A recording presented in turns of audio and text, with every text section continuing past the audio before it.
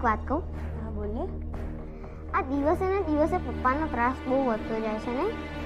હા બેટા, કેમ તને પણ પપ્પા ત્રાસ આપે છે કે શું? અરે હા મમ્મી, પપ્પા મને બહુ ત્રાસ આપે છે યાર. હા તો મમ્મી, પપ્પાને તો કઈ ખબર જ નથી પડતી. જો મમ્મી, અઠવાડિયામાં ખાલી એક જ દિવસ ઓફિસ જતા હોય તો એમનું શું જાય છે, પણ ના, રોજ ઓફિસે ભેગા થવું જ.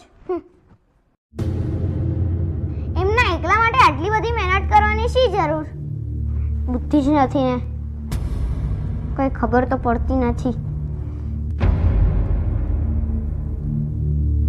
મમ્મી, આપણે બધા રોજ ગરમ જમવાનું જમીએ ને, એટલા માટે પપ્પા ઠંડુ ટિફિન જમે.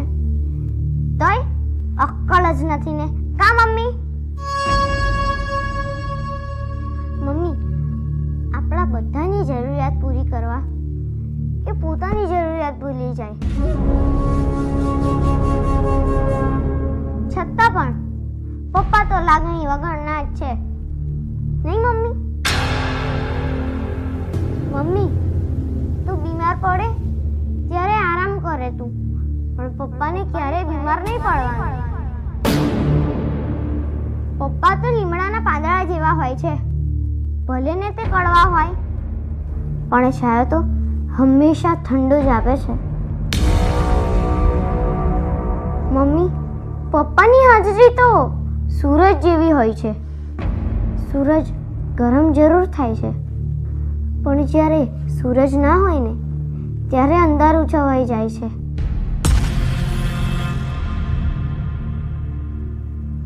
આપણા સપના, શોખ અને આપણી બધી જરૂરિયાતો પૂરી કરવા પપ્પા પોતાની પૂરી જિંદગી ખર્ચી નાખે છે.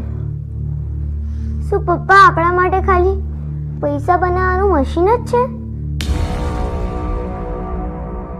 આપણે તેમની કદર નહીં કરીએ મમ્મી? શું પપ્પાનો ફોટો દિવાલ પર લાગી જાય પછી જ આપણે એમની કદર કરીશું?